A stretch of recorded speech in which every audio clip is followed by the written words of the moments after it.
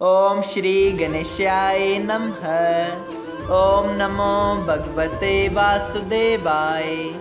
हरे कृष्णा कृष्ण कृष्णा हरे हरे, हरे राम राम राम हरे हरे। तव्हां सभिनी हरि भक्तन के नमस्ते। प्यारा भक्तों, ही कथा पाण गुरु कृपा से हासिल करे रहा आहियूं। श्री गणपति सरस्वती जो दरे ध्यान करिया थो मां भागवत महापुराण जो बयान, जंहिंमें व्यासदेव ऐं श्री सुखदेव जी कयो आहे श्री कृष्ण लीला जो गुणगान। सभई चओ जय भागवतम महापुराण।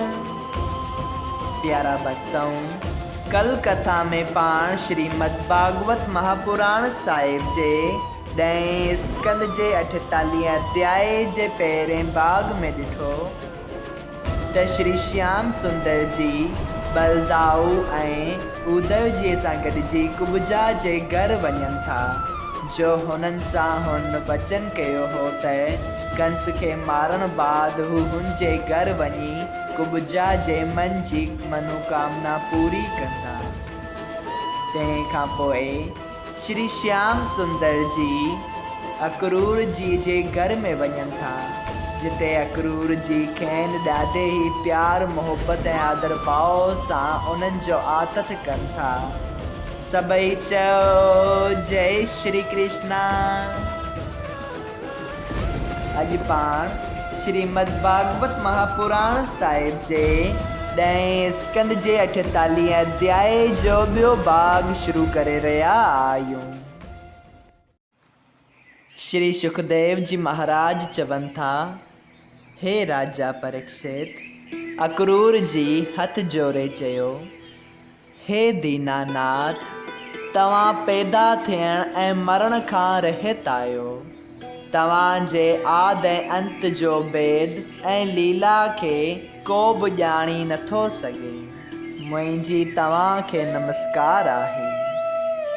तव्हां रजो गुण सां संसार जी उत्पत्ति ऐं सतो गुण सां पालना ऐं तमो गुण सां नास करे कुझु इच्छा कंहिं बि ॻाल्हि जी नथा रखो, ऐं टिनी लोकनि जो वहिंवार पंहिंजी माया सां प्रगट करे पाण उन खां जुदा रहो था, ऐं संसारी माया मोह में फासण वारो आदमी भवसागर पार नथो लंघे, ऐं तव्हां जी कृपा खां सवाइ मुक्ति मिलणु कठिन आहे।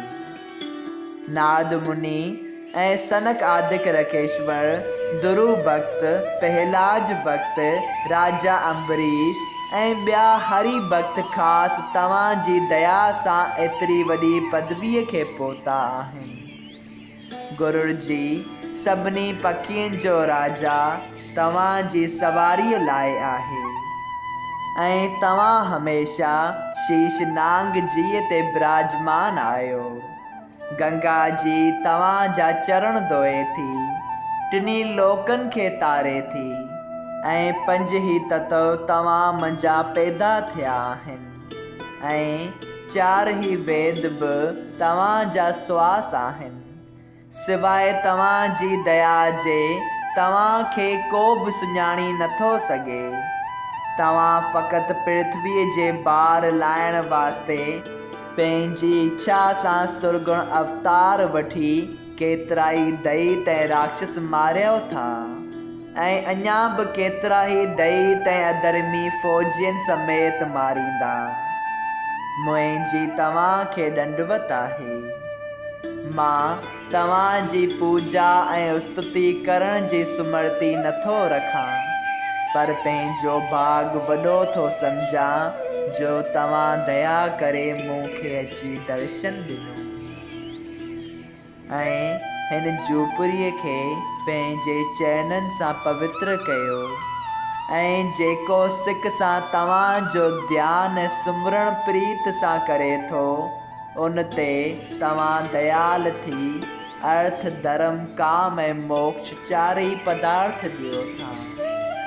जीअं कुबजा खे सुंदर रूप ॾेई उन जी इच्छा पूरी कयव, तीअं मूं ते बि दयाल थी अहिड़ो ज्ञान ॾियो जो 8 ई पहर तव्हांजे चरणनि जो ध्यानु रखी जनम मरण खां छुटी पवां।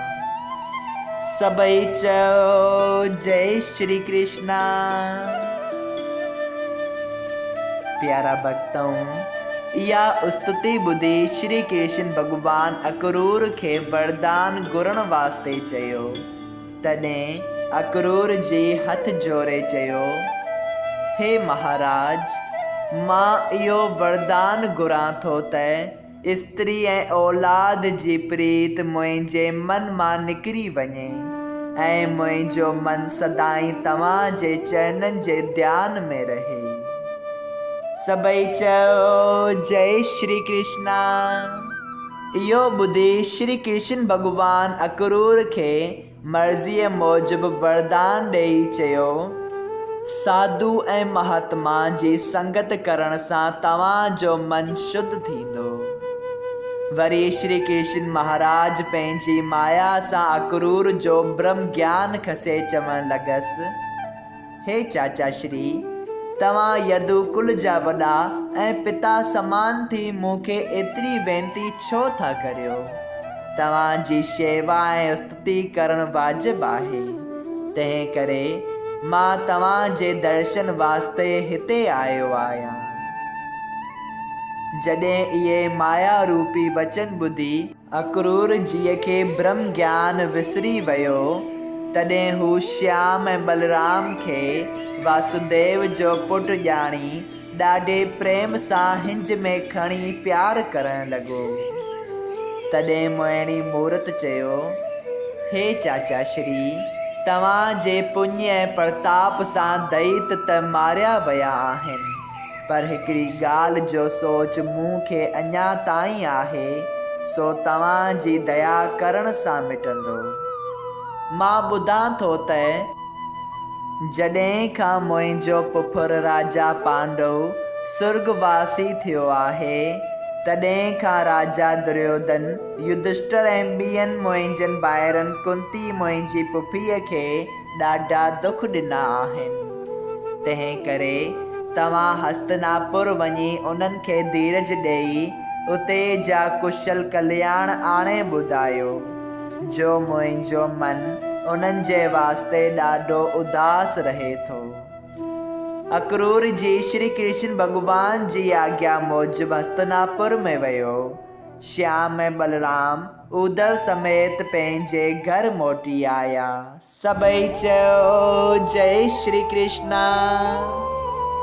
श्रीमद् भागवत महापुराण साहिब जे 10 स्कंद जो 48 अध्याय संपूर्ण थियो।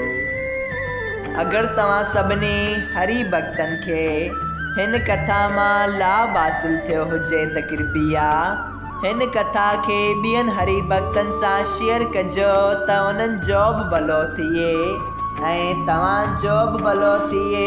सभई चयो जय सिया राम। राधे राधे।